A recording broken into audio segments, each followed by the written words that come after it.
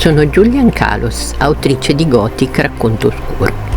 Dopo molti tentennamenti ho deciso di leggere io stessa il mio romanzo. Riflettendo su questa opportunità ho concluso che, seppur non registrando in asettico studio e priva di voce professionalmente impostata, avrei comunque potuto trasmettere ai miei ipotetici ascoltatori spontaneità e passione per le creature che vivono l'universo di Stanislaus. Impossibile costringere in un'etichetta Gothic Racconto Oscuro. Dovendo scegliere un genere, ho deciso per il mystery horror. Non me ne vogliano i puristi della categoria ai quali chiedo preventivamente scusa. Se dovessi classificarlo con un paio di aggettivi userei immaginifico e visionario. Gli elementi portanti: l'introspezione dei tormentati protagonisti. Amore, misticismo, malinconia, furore, ardore. La magia del soprannaturale e lo svelamento di verità occultate. Il viaggio infinito, gli approdi lontani e gli strazianti addii. Il mostro dentro, la disperazione e la morte. Eros e Thanatos. Un romanzo unico, la cui assoluta originalità è dedicata ai liberi sognatori, amanti di inesplorati orizzonti.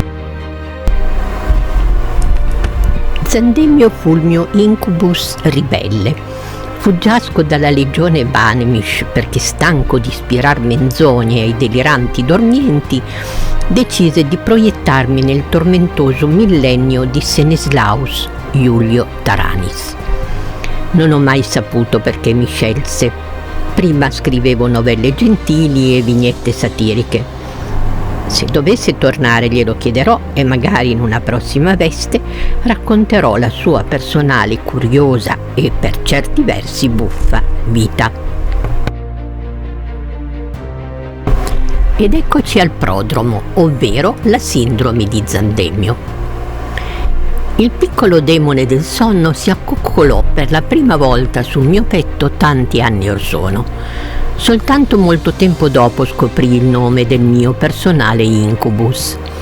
I fenomeni di cui fui succube coinvolgono i 5 sensi a un diverso livello di consapevolezza.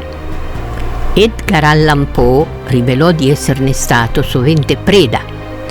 Non è difficile immaginare quanti e quali altri scrittori, pittori, musicisti, artisti famosi e non ebbero in sorte esperienze simili. Ipotizzabile inoltre che sia stato l'abisso così sperimentato a suggerire ai primi narratori l'oscurità, la paura, la tensione progressiva, l'inquietudine, permeanti le loro storie emerse dalle notti buie accanto al fuoco. I vizi, le perfidie e gli aneliti di luce dei personaggi raccontavano la condizione umana. Gli eccessi violenti, i riferimenti sessuali espliciti e sovente osceni rimasero parte integrante delle fiabe per adulti. Le versioni epurate dedicate al pubblico infantile videro in Charles Perrault, in Hans Christian Andersen e nei fratelli Grimm illustri esempi di rielaborazione. Tornando alle mie sconvolgenti esperienze, esse iniziarono nel febbraio del 2010. Tentando di esorcizzarle pensai di prendere appunti. A luglio Zandemio mi abbandonò. Nell'autunno del medesimo anno decisi di pubblicarli con l'editrice La Terra di Mezzo. Fu così che, seppur incompiuti, divennero Gothic Favole Oscure. In questo modo mi parve di solvere il ricordo che tormentosamente mi induceva all'abile spartiacque fra rimpianto e sollievo. Nella notte del solstizio d'inverno del 2013 il piccolo demone tornò a stregarmi con le apparizioni di colui che ormai cammina con me, giacché la sua presenza non è mai svanita nella prospettiva diurna, alterando irreversibilmente i miei personali confini. Con animo grato ho raggiunto la vecchiezza, questa mia vita sta svolgendo al termine e credo che le vicende vissute da Stanislaus Iulio Taranis meritino la condivisione, la misura della quale non avrà nessuna importanza. Se un solo essere umano ne conoscerà la straordinarietà, mi riterrò paga. saprò di non aver colpevolmente taciuto le sue esperienze. Per ciò che mi riguarda, in un recondito angolo del mio spirito aleggia la certezza di come, in un giorno lontano, le vesti di Stanislaus e le mie si siano sfiorate e i nostri occhi incontrati per un attimo, un solo attimo di eternità.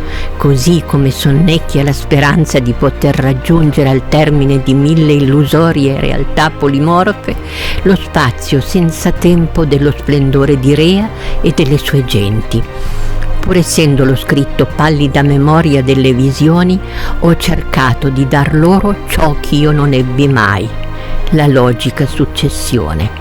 Le ho pertanto qui trasposte in fedeltà, mai scevre dell'intensità del mio ricordo emozionale.